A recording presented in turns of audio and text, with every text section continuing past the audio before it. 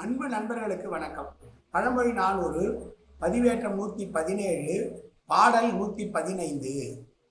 தாக்குற்ற பொழுதில் தமரை போல் நன்குரைத்து, போக்குற்ற பொழுதில் புறநழி மேன்மை கண், நோக்கு அற்றவரை பழித்தல் என்னானும் மூக்கு அற்றதற்கு இல்பழி. எப்படியானாலும் மூக்கு அருந்து போனதற்கு பழிப்பு கிடையாது.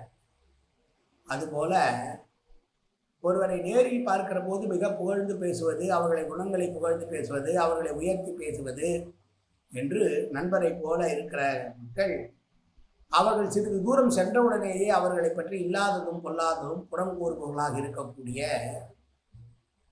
தீய குணம் உள்ளவர்கள் எவ்வளவுதான் அவர்களை பற்றி நாம் திட்டினாலும் அவர்களுக்கு அது உரைக்கப் போவதில்லை. நேரிலே ஒன்று பேசுவது, புறம் கூறுவது என்பதையே தொழிலாக கொண்டிருக்கிற மக்களை பற்றி நாம் என்ன பேசுவது? அப்படி மேன்மையான குணமுடையவர்களை பற்றி கருத்து சொல்பவர்களை பற்றி நாம் இகழ்ந்து உரைப்பதால் மட்டும் என்ன வந்துவிடப் போகிறது?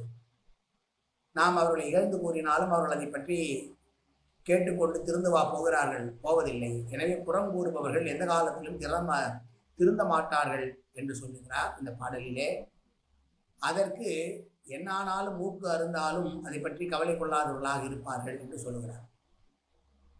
புறம் கூறுவதை தொழிலாக கொண்டவர்கள் எதை பற்றியும் கவனிக்க மாட்டார்கள், யாரை பற்றியும் சிந்திக்க மாட்டார்கள், நல்லவற்றை சொன்னால் ஏற்றுக்கொள்ள மாட்டார்கள். அப்படிப்பட்ட தன்மையுடையவரை பற்றி பேசி என்ன பயன்?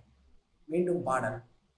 தாக்குற்ற பொழுதில் தமரை போல் நன்குரைத்து, போக்குற்ற பொழுதில் புறநழி மேன்மை கண், நோக்கு அற்றவரை பழித்தல் என்னானும் மூக்கு அற்றதற்கு இல்பழி. நன்றி, வணக்கம்.